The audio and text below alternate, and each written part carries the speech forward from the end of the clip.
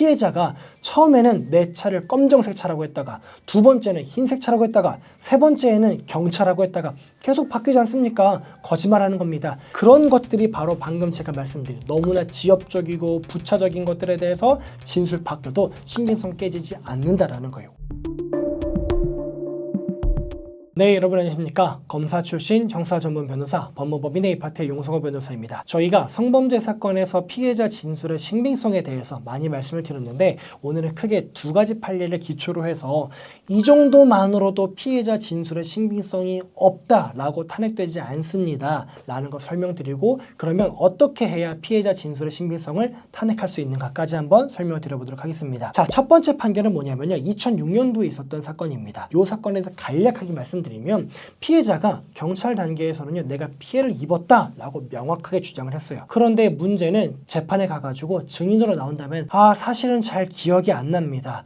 그랬던 것 같기도 하고 안 그랬던 것 같기도 하고 라고 하면서요, 그 진술을 번복해 나갔어요. 그러니까 변호사가 뭐라고 주장을 했냐면요, 이거 봐라, 피해자가 본인이 정말 피해를 입었다라고 한다면 시간이 흘렀다고 해가지고 본인의 기억이 왜곡되거나 그럴 리 없지 않느냐, 분명히 경찰당에서 분명히 피해 입었다고 했는데 이제 와서는 잘 모르겠다, 그런 것 같기도 하고 아닌 것 같기도 하다 라고 진술했는데, 이것만으로 피해자 진술이 신빙성이 없는 거 아니냐 라고 주장했는데, 거기에 대한 법원의 답변입니다. 판결문 보면 이렇습니다. 피해자들은 수사기관, 그러니까 경찰에서와 그리고 1심 법정에서도 보통 공소사실에 대해서 부합하는, 그러니까 피고인이 범죄를 저질렀습니다 라는 거에 대해서 명확하게 진술했는데, 항소심 2심 법정에 이르러서 모호한 진술을 하기 시작을 했다. 그런데 경험칙상 사람의 기억은 시간의 지남에 따라 흐려지는 것이 일반적이고, 그리고 그 뒤에 보면은 피고인이나 변호인으로부터 추궁을 당하게 되면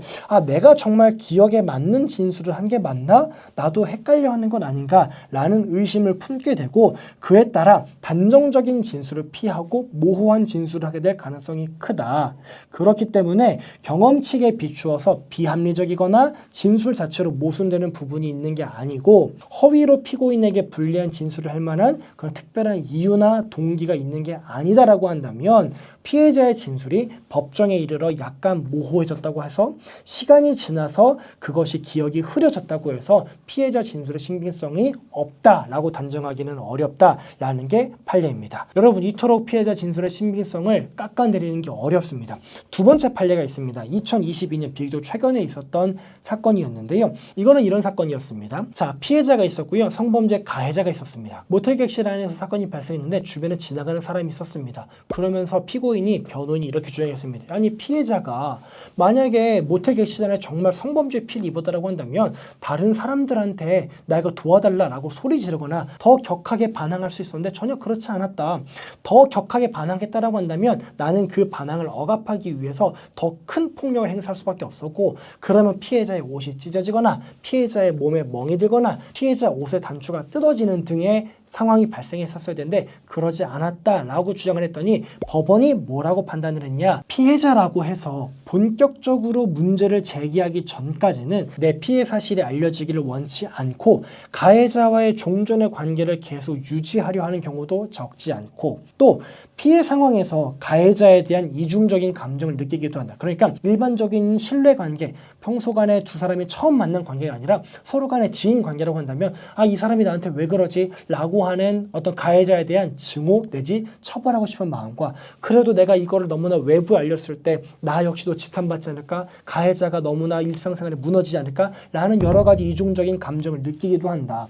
그러면서 밑에 보시 뭐라고 하냐? 통상의 성폭력 피해자라면, 그러니까 다른 성폭력 피해자, 일반적인 성폭력 피해자라고 한다면 당연히 보여야 할 반응을 상정해 두고, 이 사건에서 그 피해자가 그런 반응을 하지 않았다는 이유만으로 섣불리 피해자 진술의 신빙성이 없다라고 볼 수는 없다라는 겁니다. 피해자라고 한다면 더 강하게 반응했어야죠. 제가 이렇게 했을 때 주변에 도와달라고 했을 때 도와줄 사람도 있었는데 그러지도 않았습니다. 이런 것들만으로 피해자 진술의 신빙성이 낮아지지 않는다라는 거예요. 자, 그러면 피해자 진술의 신빙성을 어떻게 해야 탄핵시킬 수 있을까요? 윗번에 보면요, 피해자의 진술이 일관되고 구체적인지, 그리고 경험치에 비추어 진술 자체로 모순되거나 객관적으로 확인된 사실이나 사정과 서로 모순되진 않는지, 그리고 허위로 피고인에게 불리한 진술을 할 만한 동기나 이유가 있는지를 살펴봐야 된다라고 얘기를 합니다. 정리해 보겠습니다. 성범죄 피해자 진술의 신빙성을 깨트리는 방법은요, 피해자가 처음에는 단정적으로 확실하게 얘기했는데 이제는 그렇지 않대요, 잘 모르겠대요, 이것만으로 어렵고요. 그리고 그 외적인 부가적인 사실관계들, 공소사실과 직접적인 관련이 없는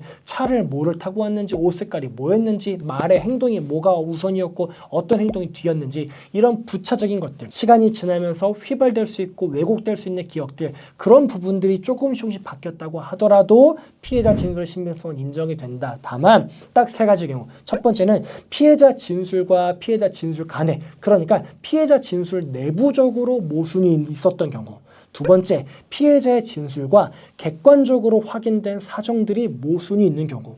세 번째, 피해자가 피고인에 대해서 허위 진술을 할 만한 사정이 발견된 경우. 이 세 가지 경우에야 비로소 피해자 진술의 신빙성이 무너질 수 있다는 거예요. 자, 여러분 정리해 보도록 하겠습니다. 많은 분들이요, 내가 억울하게 성범죄로 공소 제기됐을 때, 억울하게 고소됐을 때 피해자 거짓말하고 있습니다, 말이 계속 바뀌고 있잖아요, 이 얘기를 너무나 많은 분들이 하는데, 제가 앞선 두 가지 판례 설명드린 것처럼요, 피해자 진술이 작은 부분에 있어서 공소 사실과 직접적인 관련이 없는 부분에 있어서 다소 바뀐다고 하더라도요, 그렇게나 중요하거나 피해자 진술의 신빙성이 무너지지 않는다는 거예요. 제가 최근에 한 사건, 저희 의뢰인이 그렇게 주장합니다. 피해자가 처음에는 내 차를 검정색 차라고 했다가, 두 번째는 흰색 차라고 했다가, 세 번째에는 경차라고 했다가 계속 바뀌지 않습니까? 거짓말하는 겁니다. 그런 것들이 바로 방금 제가 말씀드린 너무나 지엽적이고 부차적인 것들에 대해서 진술 바뀌어도 신빙성 깨지지 않는다라는 거예요. 오히려 제가 말씀드린 세 가지 사정에 집중해가지고요, 피해자 진술의 신빙성을 깨트려서 억울하게 처벌받는 일이 없으시기를 바라겠습니다. 오늘 영상 보시고요, 궁금한 점 있으시면 댓글 남겨주시면요, 친절하게 상담 진행해드리겠습니다. 감사합니다.